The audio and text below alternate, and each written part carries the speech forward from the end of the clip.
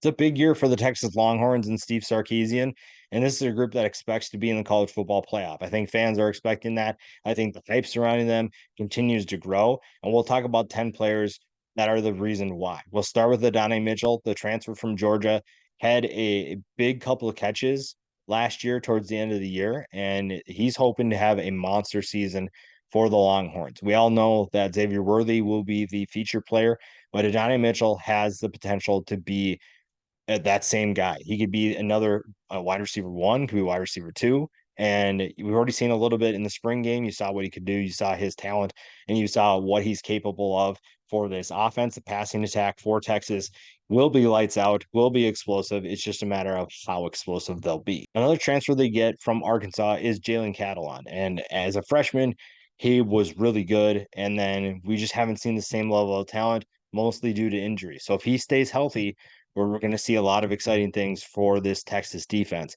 This is a defense that finished 90th against the pass, and a guy like JALEN, who knows how to create turnovers through the air, could be a big time playmaker in that regard. We've already seen some things in camp where he's already doing that. He's creating turnovers, and that's really exciting if you're a Texas fan. Up front, they appear to be explosive as well. Barron Sorrell is just one of those players. And I think everything that I've heard coming out of Texas this offseason is how good the defensive front can be. And Sorrell is just one of those players. 9 tackles for loss, 5.5 sacks. I think he's just getting started in terms of what he can do for Texas and what his future looks like. So a big year could be coming for Sorrell and for this defense as well. The offense is also loaded. We've already talked about the passing attack, and Jordan Whittington returns for one final season with the Texas Longhorns, a veteran with over 1,200 yards of receiving in his career, 4 touchdowns, someone who is kind of an underrated player within his own team, but someone who's a reliable player for Quinn Ewers and for this passing attack, a passing attack that should take a step forward, seemingly. Surprisingly, they finished 56th in passing, but it feels like this year will be much different. You're not going to rely on Bijan Robinson and Roshan Johnson as much because they are gone. So the passing attack could take a step forward, but that rushing attack should be just fine. It's a loaded group, and it's just a matter of who will be the starter. And Jonathan Brooks is one of those players that is in the running for that. Jonathan Brooks averaged 6.6 yards per carry last year. For his career, he's averaging 6.7. So he knows how to create big plays. He knows what he's doing with the football in his hands. And at this point, it's just a matter of thwarting off the guys behind him. Cedric Baxter is a player that is pushing him for time. Cedric Baxter could push him for that starting spot. But Jonathan Brooks is the veteran of this group. And I say veteran like he's been there for forever, but he's a sophomore.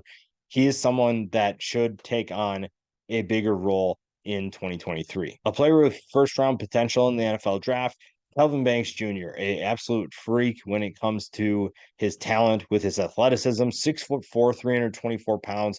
If you go back and watch the film, he is a player you need to keep an eye on. He is a future, obviously, in the NFL. He is an NFL draft pick when he finally gets out of college, and he is someone that will have a major impact on the Texas Longhorns. He's going to face quite a bit of talent, and if Texas makes it to the playoff, then you're going to see what he can do against future NFL talent on a consistent basis, because you're probably going to face a team like Georgia, Alabama, LSU, Ohio State, Michigan. You're going to face plenty of talented players, and that's where a guy like Kelvin Banks will really help Texas. And that's going to be a huge thing to keep an eye on.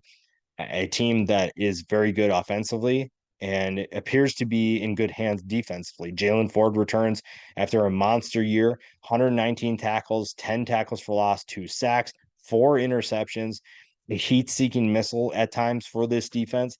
And that's huge for a group that obviously is the X factor of this team. How good this defense is and how healthy the offense is determines how high this group can go. And that's going to be really exciting to see. And if this group stays healthy, specifically offensively, you're looking at a team that not many are going to be able to stop. Jatavian Sanders comes back at tight end. The underrated tag is kind of gone at this point. I think a lot of people finally got onto his film, onto his game, and now they're expecting big things from him. And it's easy to see why. The effort in which he plays is super underrated. I think that as a blocker, he really wants to help his team win. He's obviously a super talented player, but he wants to win more than anything. And you'll see him when guys are downfield 30, 40 yards, he's running to try and make a play. He's running to try and make a block and spring his teammates for even more yards. And that's a really exciting thing for anybody that's playing with him. The guy that's going to be throwing the ball, QUINN Ewers. Now, we saw a little bit of up and down from him last year, and staying healthy will be the key because Hudson Card is gone, but you also have Malik Murphy, who appears to be one of the best backups in college football.